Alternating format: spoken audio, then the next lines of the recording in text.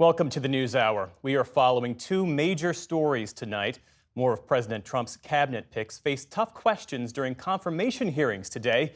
But first, investigators are trying to determine why a military helicopter collided in midair with a passenger jet as the plane was trying to land at Reagan National Airport in Washington, D.C.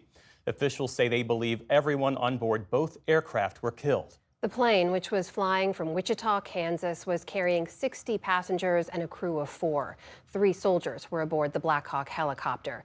It is the deadliest air crash in the United States in more than 2 decades. John Yang begins our coverage with this report. This is the terrifying moment of impact when an American Airlines flight with 64 people on board collided with an Army helicopter as the passenger jet was landing at Washington Reagan National Airport. Did you see that? The fiery crash came just before 9 Wednesday night, triggering a massive search and rescue effort. Hundreds of first responders frantically probed the icy water of the Potomac River. At daybreak, Washington, D.C. Fire Chief John Donnelly said they'd recovered dozens of bodies, but no one's still alive. Despite all those efforts, we are now at a point where we are switching from a rescue operation to a recovery operation. At this point, we don't believe there are any survivors from this accident. Today, the wreckage of the Bombardier CRJ-700, a popular regional jet, sat in waist-deep water, split into 3 pieces. As first responders continued their work, questions swirled about how the crash could have happened on a clear night in the nation's capital. During a White House news conference, President Trump blamed the 3 soldiers flying the helicopter. The people in the helicopter should have seen where they were going. I can't imagine people with 20/20 vision not seeing, what's happening up there. Again, they shouldn't have been at the same height. He also blamed, without offering proof, DEI policies that he said had been set in motion by former Presidents Obama and Biden and former Transportation Secretary Pete Buttigieg. The FAA is actively recruiting workers who suffer severe intellectual disabilities, psychiatric problems, and other mental and physical conditions under a diversity and inclusion hiring initiative spelled out on the agency's website. I'm trying to figure out how you can come to the conclusion right now that diversity had something to do with this crash. Because I have common sense, okay? And unfortunately, a lot of people don't. We want brilliant people doing this. This is a major chess game at the highest level. Jennifer Homendy, chair of the National Transportation Safety Board, said investigators will consider all factors. As part of any investigation, we look at the human, the machine, and the environment. So we will look at all the humans that were involved in this accident. Again, we will look at the aircraft, we will look at the helicopter, we will look at the environment in which they were operating in. That is standard in any part of our investigation. On X, Buttigieg called Trump's response despicable. As families grieve, Trump should be leading, not lying. Time for the president to show actual leadership and explain what he will do to prevent this from happening again. The mid-air collision was in some of the country's busiest and most sensitive airspace, within sight of both the Capitol and the White House. Flight tracking data showed the Black Hawk helicopter was heading south along the river's path at an altitude of about 400 feet. Defense Secretary Pete Hegseth. On a routine annual retraining of night flights on a standard corridor for a continuity of government mission. The military does dangerous things, it does routine things on the regular basis. Tragically, last night, a mistake was made. And I think the president is right. There was some sort of an elevation issue that we have immediately begun investigating at the DoD and Army level. The flight originated in Wichita, Kansas, a nonstop route introduced just last year. Today, there were tributes for the dead, including Sam Lilly, the 28-year-old first officer on the passenger jet.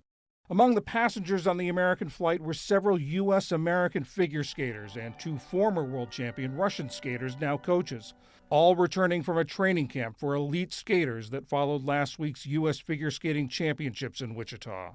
Much like everyone here has been saying, is not sure how to process it. Oh, shoot, I'm sorry. No, which is why I'm here. Olympic figure skater Nancy Kerrigan is a former member of the Skating Club of Boston, which said 6 of its members were on the flight, including young Spencer Lane and his mother, Christine.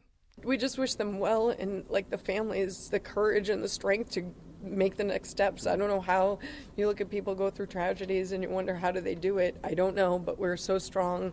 Somehow we have a reservoir to dig from, and each one of them are strong enough to get through this somehow. Doug Zegheib is the club's CEO. Skating is a very close and tight-knit community. These kids and their parents, they're here at our facility in Norwood 6, sometimes 7 days a week. It's a close, tight bond, and I think for all of us, we have lost family. The NTSB says it'll have a preliminary report in 30 days, but a final report won't be ready until they have final conclusions. They're still scouring the debris field at the bottom of the Potomac for evidence to help in that investigation. Of course, the key will be the flight data recorders, the so-called black boxes from both the helicopter and the passenger jet. But NTSB officials say a priority now is recovering the remaining bodies so that families could be reunited. Amna? John, as you reported there, even as that recovery mission was underway, looking for those bodies in the river, and the investigation had just gotten underway, we saw President Trump take to the briefing room and offer that analysis and start to attack the Democratic administration and diversity initiative. What's been the reaction to those remarks from the president? There have been very strong reactions from people who work in the transportation safety field, particularly at the fact that he drew conclusions less than 24 hours after the incident. I spoke with Peter Goals. He's the former managing director of the NTSB. He said he was appalled by the president's performance. He said in 1 hour, President Trump did more to damage the impeccable reputation of the U.S. safety system than anyone has done in the past 40 years. John, meanwhile, dozens of families are now mourning the loss of their loved ones. What's being done to help and support them at this moment? A lot of the families, or at least some of the families, are still on their way to Washington. American Airlines has set up an assistance center in Bethesda. The NTSB says they will brief family members and try to answer what questions they have. And as is often common in cases like this, many family members will want to visit the crash site itself, which in this case is out in the Potomac. And the NTSB says they will do that. They will arrange it as soon as they can do it and with the proper modesty and dignity. Amna? John Yang at Reagan National Airport for us tonight. John, thank you.